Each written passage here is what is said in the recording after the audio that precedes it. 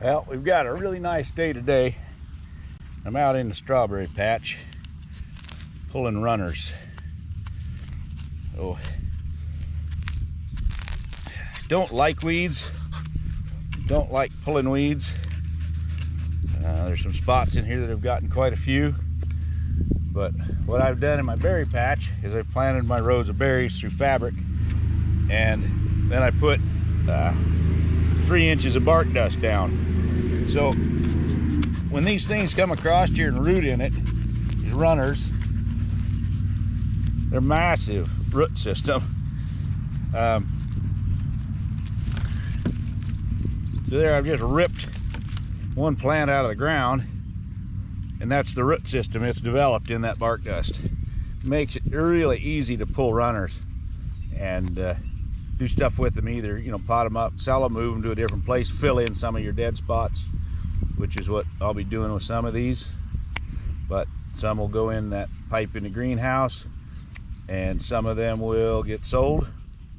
But get them up and prune off some of their roots, and they're still way early, so that is a big set of roots right there. Anyway, that's hard to get in a 4-inch pot with soil, and that goes in the greenhouse and it will just take off. And there's quite a lot of them in here. At the very end of it, already dug up earlier in the winter about 150 runners, and I've probably got another 100 of them here that I'll be digging today and trying to get in the greenhouse and pot it up.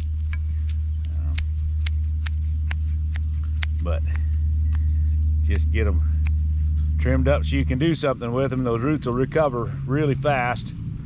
And then if I'm replanting them into a spot where we've got a dead one, so you know, here's one of my original plants.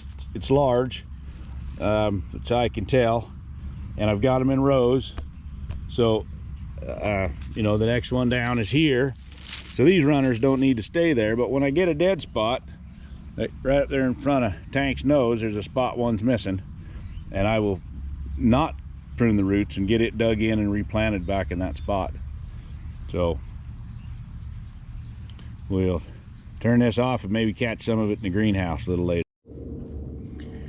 Well, I've put a bunch of these in the black pipe here in the greenhouse, and then I've added a little soil around them to help wash down around the roots, because it's hard to get in there and really dig them in good. So I get them set, and then I just wash in the soil around them, and I may have to add soil another time. I don't want to get it so full of soil that I can't get water to go in there.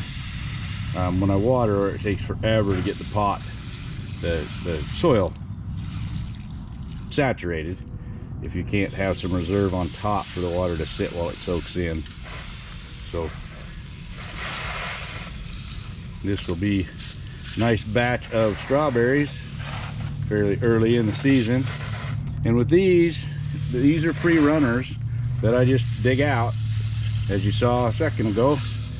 So I don't worry about them making it through the summer. It's going to get hot in this greenhouse, way hotter than strawberries like it. I don't get too busy, I can't come in here and dig them out. So I just don't worry about it. I just replant in this thing every spring with the runners. So it's something to think about. We don't always have to operate plants the way that you can. Like I say, I've got a bunch planted that I get something from every year. I also get runners. So with these, I harvest what I want. I take my profit off them, which is the berries, and I let them go, and I don't fret them. So